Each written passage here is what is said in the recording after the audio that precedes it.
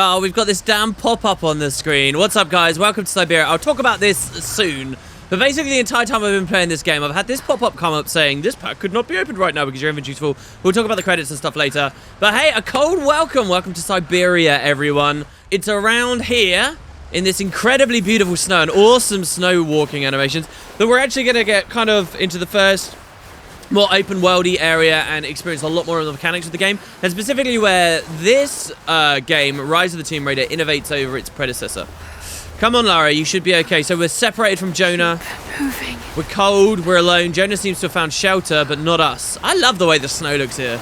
Come on, you can do this. Move. Once again, Lara is in some pretty dire straits, and we're looking for the lost city of Kadesh, which should be somewhere close by. An old camp. But who knows in this storm?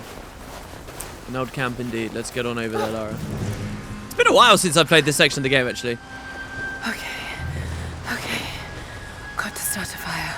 All right. So you guys might remember, in the previous game, when they were doing a lot of pre-release stuff, they kind of talked a lot about the emphasis on hunting and survival. Like, the whole tagline for it was, a survivor is born, and so on and so on and so on.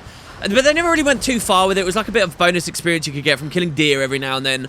Well, in Rise, they're trying to go a bit harder on that, and there's more scavenging mechanics. So here we got a cold welcome. Our first objective here is to gather resources to build a fire and shelter. So this old fire campsite is pretty crappy. And what we're going to want is some twigs, some kindling for it, some branches. So what you can actually do now is interact and gather more things, like a lot more things. In fact, if I press tab now, you'll see in the old game, we never had an inventory screen like this up here. We had skill points, which we'll get to, but we never had all of these different things. So far, all we have in our inventory is 29 coins from the previous area as we opened those caches and so forth. We see you've got all this other stuff. And for example, wood is one of them. It's as simple as running over to things and pressing E. That's my work. We get some awesome animation. So there you go. Not enough to last the night. So we're going to need 3 wood for this campfire. I think it would have been kind of interesting if every campfire you make throughout the game, if you guys remember from the previous, there were lots of campfires. They were the moments where you could level up and save and stuff. Dry enough to burn. I hope. And it would have been kind of interesting if in this game you had to build all of them like this first. But really it is just the one. Fresh kill. No meat, but maybe something else I can use. This poor dead deer antelope. I mean, what is it? Oh. So we're going to slice into it. Uh-oh. Yeah, who was wondering what had killed this? No meat? I mean, it looks like there's quite a lot of meat, I've got to be honest. Whew. Okay, Lara, come on, let's just get back to the campfire. You're going to be okay. Don't worry about the wolves that are behind you. Everything is going to be absolutely hunky-dory. Oh, my back feels so exposed. Move, damn it.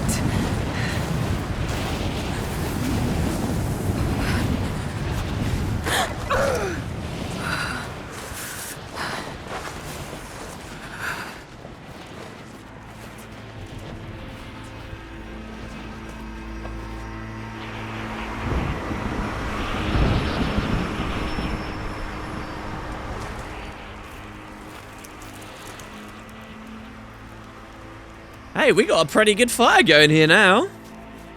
Yeah, that's it. Rub your hands. Jonah? Men are scouring the ruins of the mountains. If the artifact is here, we'll find it. And what of the remnant? They continue to resist us, but we'll have the situation in hand soon enough. Good. Trinity has faith in you. Trinity. Oh, her face looked really good there. I mean, they've redesigned her, but the mocap on her face, oh, it looks so good. Some of the expressions you're going to find in these cutscenes are really realistic. It's quite inspiring, honestly. Oh, check it out. So the previous game, we started with a bow, first of all. This game, we get our pistol at the start. Going to need a stronger bow. But now we have a bow. And she's going to want a stronger one. I wish this pain wasn't so familiar. Like looking an old enemy in the eye. It wants to take me down. It wants me to just lie down and die. But I won't. I can't. There's something here. There must be, or Trinity wouldn't be in this snowy hell. I just hope that Jonah is okay. That he found a way back. I just couldn't risk having him with me. Not again. The pain of losing him, that would be too much to bear. This is my path, and mine alone. So we get the little campfire monologues again, these Lara's journals, just like before. I actually don't like the ones in this game so much. She seems to just waffle on a little bit too much, but we'll see what you guys think. And it seems to be setting up a little bit too much that Jonah might come back at this point, right? Doesn't it? Also, so we had that radio conversation there. Let's not forget, on the subtitles, it mentioned that man was named Constantine. So this is going to be a pretty major player in the story. He's in communique with the people of Trinity, and there's this other mysterious voice. Christ knows who that is at this point. But so yeah, remember Constantine. It's probably, I don't know whether they're doing like an homage or something, but again, there's a lot to do with the Byzantine Empire in this game, and the first Roman Empire to found that was named Constantine as well. And that's why the capital is called Constantinople, I think, anyway. But yeah, maybe it's just like a little bit of a nod from the devs here. What we want to do is upgrade our bow. Now, we've got a skill point as well, but I think the game's going to force us to do the weapon first. So, let's head up. Well, first of all, I'll scroll back. Oh, we can't even scroll out right now. Okay, it's forcing us here. So, we're going to make this makeshift longbow here, which we already saw her do in the cutscene. It's not going to cost us any resources, I think, or to upgrade it or whatever. But this is a bare bones bow crafted from sticks. It's simple yet dependable. Here we go. So there is a lot more for upgrades in this game. A lot more variety in weapons and things you can do. I actually like the improvement in the depth. I mean, there's a bit of a learning curve getting used to the UI, which can be a bit fiddly, but it's nice. So you'll see here, we want to get reinforced limbs, okay? Stronger limbs allow for increased string tension and faster arrow speeds for more damage, and this will get applied to all the bows we ever have, all right, if we get this upgrade. And it's like a tier 1 upgrade here. So later, we might also be able to get this grip wrap, which is a wrapped grip, providing better handling of the bow and a faster draw speed. Wrapped string, which is a hide, and so on, or string knocks. And then later on, then we'll be able to go to tier 2, which is wax string. And then there's even more stuff later on, but maybe more specific to other things. So this is the only one we got. It's going to cost us 3 wood and 3 animal hide, of which we've got 4 of each from our scavenging just a second ago. And in fact, you can click this little button here, resource list, and it'll show you everything you've got. So these are all the mats in the game. I show you this now to excite you about the depth ahead, not to put you off at the amount that's here. So there are 850 coins total. Don't worry, you don't need all of them. But there's chromatic ore and technical parts and bear hides and deer antlers and the exotics. And then there's your more common things as well, which we've already got some of here. So we got hide and we have hardwood. So that's your resource list. Let's just get the reinforced limbs as the game wants us to. And there you go. That's just improved our bow before we've even got to use it. And the bow is going to be our primary weapon for a little while here. There's also tabs though. So I'll scroll back out for a second. If we come back out here. You've got your 4 menus. Okay, you've got fast travel, which is just as it was in the previous game, except we can't go anywhere right now. This is the first campsite of the entire game here. The previous area we're at was the mountain peak, which didn't have any. And before that, it was Syria, but that was 2 weeks ago, and we can't go there right now. Which is why if you miss stuff in Syria in those first 2 episodes, it can be really annoying, because you'll look at this and be like, I'm missing 1 relic, which is basically what happened to me. So that's your fast travel. Weapons and inventory. Now, under weapons, not only do you have, like, your bows, and then here will be pistol, and then there'll be other weapons as we progress further through the game. But also up here, there are 2 other tabs, all right? And you've got to pay attention to these. One of them actually allows you to upgrade the climbing axe itself, a sturdy metal ice climbing axe, as you can see. And this has got a bunch of upgrades. We won't fixate on it too much. But then even better, there is an outfit tab. So this is kind of, basically, when I bought this game, it had already been out for a while, and I bought, like, the definitive edition or whatever, which just unlocks all the stuff except, like, 1 outfit, I think, which they still make you pay for separately, which I didn't do, because that's a crock, and I can't be bothered with it. But, basically, you can get a bunch of outfits. You'll unlock more as you play through the game, depending on, like, the side quests and stuff you do, because, yeah, there are side quests, but we'll get to those. But I do have a bunch of different ones already. We'll keep her in her default outfit, because we haven't really seen much of the expedition outfit jacket just yet, which is modern insulated winter coat in red and black palette, perfect for mountain climbing and other extreme conditions. I think we'll get a tutorial telling us about the outfit soon enough. So the weapons menu, as you can see, actually has a lot more. It's not just weapons, but it's your axe and outfits. Then you've got inventory, which is separate, and this is different types of ammunition and equipment that you can get. And when I say equipment, I don't mean like the mining axe, I mean other things, all right? And then last of all, we have skill points, all right? And skill points return in the same flavor as they did in the previous game. You've got your brawler stuff, which is kind of hand-to-hand fighting. Hunting, and so like brawler is associated with certain weapons, hunter is associated with certain, and then you've got survivor, which is crafting and gives you upgrades for your exploring and stuff, which is what we're going to go with straight away. So we can pick one of these tier 1 All right, so what should we go with? Rapid crafting? Meh, don't really care about that. Resourceful combatant. Enemies killed or knocked out from crafted handheld objects yield more experience. Well, we don't even know what those are yet, so don't worry about those. Incendiary bombs. Oh, well, we could... that would actually be quite useful quite early. Lightfoot, land safely without damage. Avid learner. Here we go. This is what I want. Get extra experience from survival caches, documents, relics, and everything. So I get Avid Learner straight away, so you get the maximum amount of this. Every pickup we get, if we buy this, will give us more experience, which means more skill points, which means more. So yeah, that should be pretty nice. And then later we'll find like challenge objects with survival instinct. So let's just grab that because we got our 1 skill point. And there you go. Let's not spend too long in the menus. Sorry guys, I know we want to get on with the story. So we've warmed up a little bit. We're feeling good from the camp. That tree over there is glowing because we can climb on it. We want to find the lost city of Kadesh. So let's see what we got. Now remember from that cutscene, it's demonstrated to us already. It's teaching us how to shoot, which is fine. It's demonstrated to us already that we're kind of tapping into the enemy's communications accidentally right now. So that might come in handy. But what I'm going to do, just as I run around, is just smash up all these trees, grab as much hardwood as possible. Now, you might think, oh, God, the whole game's just going to be full of tons and tons and tons of wood all over the place. Can we jump on that already? What use is that if we do that, though? No, I guess we can't. You might think, oh, God, this is going to be a nightmare because there's just going to be millions of pickups everywhere, and you're going to have to get them all to get all the upgrades. It doesn't quite work like that. A lot of these, like, nodes, they respawn. And there's a maximum capacity of hardwood you can get. So after a while, it will say, all right, you fill up on logs, mate. Don't worry. And then you're going to go get some upgrades, and then you can pick up more logs and things. So it's not so bad, all right? It's not as devastatingly overwhelming as it might at first look. That, however, was me running into a wall for absolutely no reason. All right, so what we got here? We got a map. I have learned all I can from the carnage inside the Prophet's tomb. My brothers were slain. To the last man sometime within the last few days. The false prophet's followers died here by the hundreds, but in the end, they were victorious.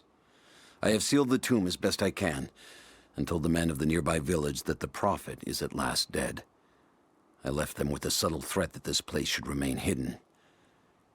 I do not know if the prophet survived, but I will follow their trail. No one escapes the Order of Trinity. I'm so fascinated by this because the Order of Trinity have been shown to be established long before even this prophet, right? It would seem, at least. Okay, so this is titled The Hunter, all right? This is a character we're going to hear a lot of in the opening acts of this game. We're going to get a lot of notes from him as he pursues the prophet from that tomb we were at before to here, presumably, as we're gonna get a lot of his notes. So the Order of Trinity set a tracker to follow the prophet, and that story's going to basically just continue. Let's not focus too heavily on the accent of the man and how he's like generic butch American sounding dude here out in, you know, the Eastern world. But that's fine. So let's not worry too much about climbing. So there's a deer. Do we want to shoot him? Let's see. Shh. It's okay. It's okay. Now we can hunt more than just the big deer here. You can also hunt the little rabbits. Like that, unless that was a bird. I don't know what that was. I'm sorry, guys. I know any bunny lovers, this isn't going to be very nice for you, but we have to survive, okay? It's life or death right now. As you see, as we plink them out, you get a bit of experience. And we can even run over to them. And we can scavenge ourselves a little bit of animal hide from that. So we got 4 hide from killing a big, you know, something a bit bigger, like one of these deer. But we get little things for, you know, maybe killing birds and stuff. Is that a bird over by the... Oh! Mongolian. Oh, sorry, Lara. Yeah, we killed a bird there, and then there was another bird, like, standing over its body. Oh, I feel so bad. Oh, God. Trinity. They're here. Uh-oh. Command, do you copy? Oh, shit! Oh, shit. What the hell was that?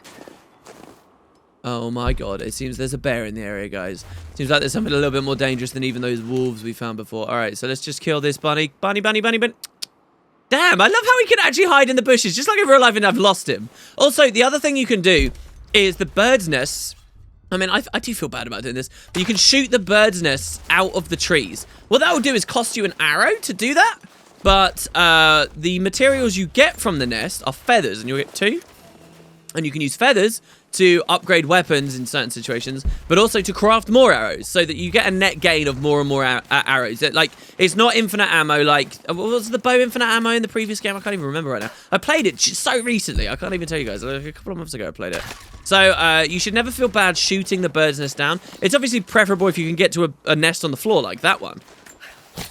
But yeah, I feel bad. Like, we're just a new predator coming to the area. They're all struggling to survive, and we just kill them all. Oh god, Lara, no. Damn it. I did try to jump there. This is what I'm talking about the clunkiness of the game. This is kind of an interesting game as well graphically because I've got a pretty good PC. This is one of the only games that I can play that if I try and max everything out, I mean, the devs really went crazy with it. If you do max everything out, it will drag your PC to its knees. Not so much in these areas, but in a couple of areas later, it will, you know, you'll be going way down on the frame rate, even if it wasn't like at this high resolution. And I would recommend, by the way, guys, because this is basically the most beautiful game I've ever played on the channel, do check out the 1440p option, like, for real. You got to get this full experience. So we can scramble up trees, and I think it wants us to go up there, obviously, because we got the waypoint. Let's kill at least one big thing, shall we? Let's just shoot him a few times. Let's kill him by attrition. Let's not go for the headshot. Which is basically what I've been trying to do this whole time, in case you've been wondering why I haven't had the balls to just go for it. Oh my god, it's like Watership Down here. Come on, just die. I'm sorry, I'm trying to put you out of your misery. I'm trying to put you out. Oh, there we go. I'm sorry. Let's just get out of these environments. So there you go. We actually got some antlers, I guess, from that too. And as we're wandering around, you'll see we're getting these like little coin caches here as well. Actually, that's not a coin cache. That was just wood we had. But you see how now every time we pick something up, it says Avid Learner, Avid Learner, Avid Learner. That's specifically because of the upgrade we already got. Oh, this is going to be good. I'm looking forward to like proper going in on this. Getting all the good stuff. I won't hang around for too long. Here we go. So let's scrabble up this tree. Yeah, that's what you're supposed to do. And now we can go sail onto this zip line over here. There's a scary cave over there. And voila. A crown from one of the princes of Kiev. How did it come to be all the way out here? Okay, so the princes of Kiev. What we're talking about right now is basically Ukraine. And this is like a couple of other empires. I think we're around the year 900 that she's talking about here. And this would be rather out of place. But check it out. So that's kind of interesting. Something to do with the prophet, perhaps? And this is actually, it's funny. This is one of the first relics you find. In fact, is it the first relic you find with hidden information? It when they were killed. And it's one of the hardest ones to get the hidden information out of as well. But you're supposed to look directly at the gap here. And I guess like an arrow pierced it and killed this man. So, wow. And it's funny because the princes of Kiev, I think, are all particularly and meticulously named. And we all know what they did. So it's kind of weird that there's a crown there and that could be, you know, referred to a very specific person in the real world. Do you guys want me to go into the cave? Should we try this out? I mean, it'd be pretty dangerous. So we got his bow. What about those wolves around? Well, let's have a look and see what we got. Those are mushrooms. They actually become a pickup later. But we haven't learned how to use them just yet or why they're important in any way. Which is a bit of a which is smart, actually, because otherwise people would just get overwhelmed by collecting random crap that isn't going to be popped for ages. So, this is a pretty creepy-looking cave. Not too much going on, but we do have a dead body and another document. The Prophet and his followers have been traveling under cover of night, a crooked trail around the border of the Eastern Empire. I do not know where they are headed, and I suspect they do not either. But they know we will not let them rest until this heresy is purged. The common folk of the borderlands give him shelter, and I find it curious that none who have aided him will tell me anything of use. Even when I threaten them with the wrath of Trinity or touch the edge of a knife to their throats, they stay silent. They die, never betraying what they know. The Prophet has a curious sway over people. All the more reason he must be silenced. Yeah, all the more reason he must be silenced because you long for that power and you of Trinity will never have that. The tracker pursued the Prophet to the edge of the Empire. So, yeah. Okay. I think this game does a curious thing about it. Okay, so here's another type of collectible where you can smash at walls. Basically mining, right? And here we get magnesite ore, which you can use to craft special ammo and explosives. And again, these are mechanics that will become a bit more important later, but it would be nice to pick some up. So, for example, remember that there was that skill point we could have spent that said, hey, if you spend this, you'll learn how to make explosives in your hand? Well, that's when this magnesite ore would already be really useful. as long as we found like some kind of a container for it. But all things in good time, my friends. What's basically going to happen here is I'm going to gather the crap out of a ton of stuff and kill a ton of stuff. And when we next get to a campsite, we'll have a bunch of skill points we can already perk up. It's going to feel good. And it's going to help because I'm going to be bad at the game otherwise. Which is why we never went to the hardest difficulty. Or something like that. Alright, there we go. Let's grab this. I guess we didn't actually have to. Okay, so there you go. It says arrow crafting already. So, we're out of arrows. In the top right now, it tells you your ammunition. So it's kind of a cool little system. Left click tapping it would make me craft arrows. But here you see Lara's going to reach for a quiver and she's not going to get anything out. So what you do is you just hold the button that has the ammunition you want to craft. Like so. And it will craft it. So by doing that, it says +5 arrows, right? So for 1 feather and 2 planks, I get 5 arrows. So when we shoot down a bird's nest, we spend 1 arrow to get 5, right? So you can see, and you can go all the way back up to 25 ammo, as we have there. We're full up, and we're good. And it's really, really easy. It's not like you have to go into menus and start messing about. It's not like you have to go back to a campsite all the time. I really appreciate it. There we go. There's a bunch more arrows, just in case, and to get a bunch of those resources back that we'd already spent. And what do you guys say we just move on for now? I mean, the temptation is to just keep going and going and going and going. But, of course, if we find a map at some point, all these things will just get highlighted for us. So it really doesn't matter too much. We'll get this monolith, though. Mongolian script. I can't quite piece it together. Okay. So Lara doesn't know Mongolian. So we're going to have to find, like, some Mongolian murals so that she can start to learn it, and then she can come back to this monolith. And what that monolith will do is it will tell us where hidden coin caches are in the area. Simple. All right. Yeah, let's move on. Oh, I do kind of want that box up there, though. How would we get that? What we'd have to do is get onto that, and then we'd have to get onto that. Okay, I guess we'll get that later. All right, that's fine then. All right, so let's move on up. Scramble up this tree. Oh, God. What about Trinity, though, guys? Snow slows down movement. Sure. So what you want to do is stay on the path, basically. Oh, God. Weren't they just being attacked by a bear? Team, this is Overwatch. Please respond. Oh, dear. Sorry, guys. I'm shuffling in my chair here. Team, please respond. We got some interference on that last transmission. Oh, dear. We lost contact with a survey team on the southern ridge. Oh! Oh, what? Hold on. Hold on. Hold the phone. I'm going to regret doing this, aren't I? These are the... Oh, we are on very high pure hair. I don't know. His hair looked kind of crappy compared to before. All right, fine. So the bear's chasing us. Never mind. Let's ignore that and go. Oh, dear. So even though we have some arrows, I mean, he's a big old bear, and we're not feeling too good. Let's just get the head out. Sorry. So here you go. F, as you can see. C is always going to be dodge. F is always going to be, like, aggress. E's going to be, like, prop yourself up while attacking. I'm just spamming F right now. Get away, you stupid bear. Lara, don't hesitate. Oh, what? Oh, my God, no, what? Oh, I think you wanted me to press C.